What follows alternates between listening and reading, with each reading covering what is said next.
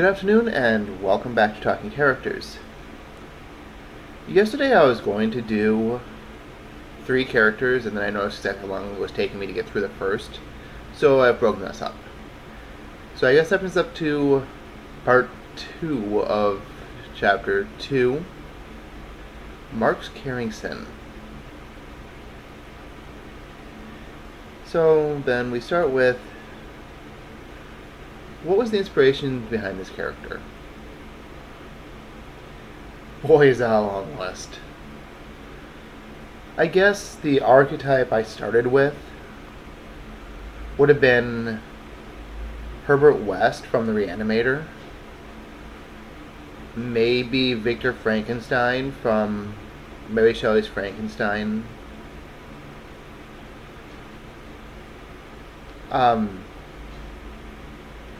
So, pick any mad scientist you want, really. That level of ambition, that level of cunning. And add on top of it this form of indestructibility.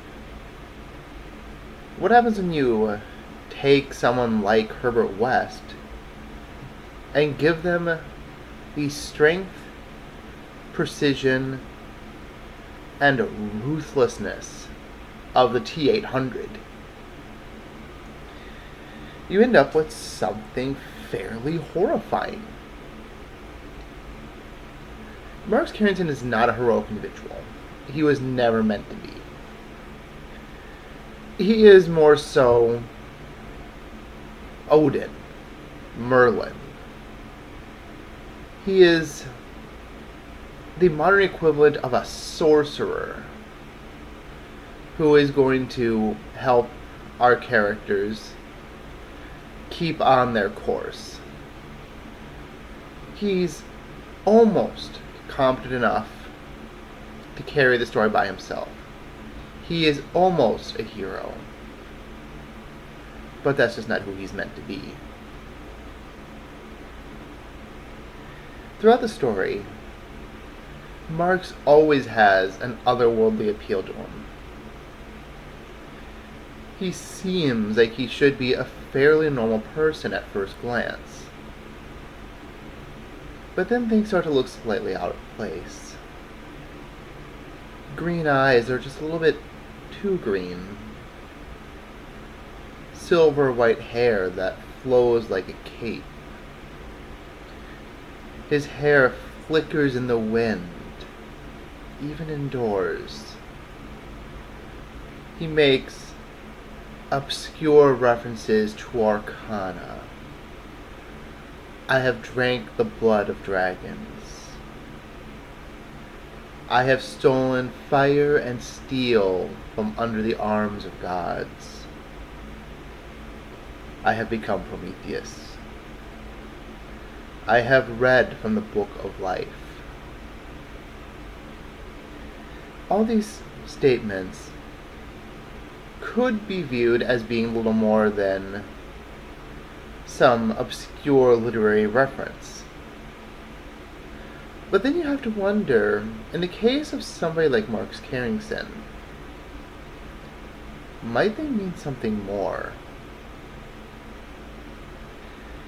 One of the really interesting things about this character to me, now that I'm looking back at it 12 years, 15 years later, I don't remember when I started my first book, honestly.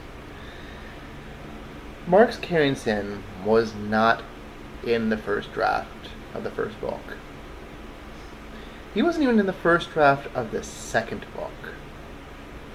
Mark Karingson was a D&D character that I only decided to add to the story after my laptop had been stolen from me at work and I had to do a complete rewrite of my second book. I was days away from mailing long distance runners off to my editor when I got robbed and I had to restart. It was when I restarted the story, and when I really came to the decision that this was going to be a multi-book story arc, that I decided to add this old sage style character. Now, the character of Joe Dove is his parallel, and the two of them have, well, Dove has always existed in the story. Marks need to do something from the other side. Marks wasn't a hard-nosed character, not like Joe is. Joe is this gruff detective type. No, Marks needed to be a wizard. He needed to be exactly the person that Kravitz was referring to when he said to Magdalene St. Francis, "If only you pursued knowledge without fear or reservation, you can be as powerful and beautiful as me."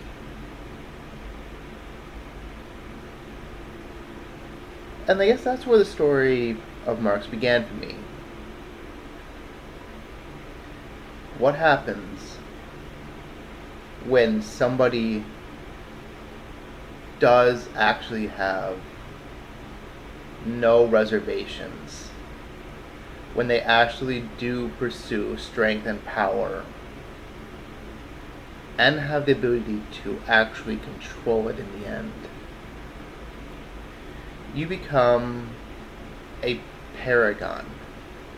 You become the prime example of who or whatever it is you want to be.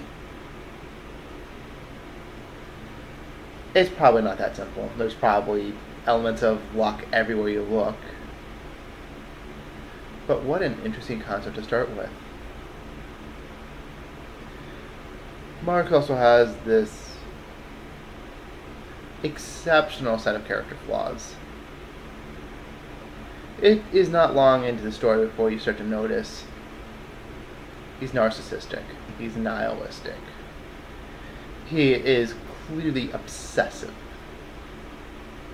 He plays the same cassette in his VHS player while he's working out every single day. He's watching Swan Lake. Then he has a cassette tape that he's listening to in his office, playing the same ballet. But now we're getting into things that don't happen until the next book.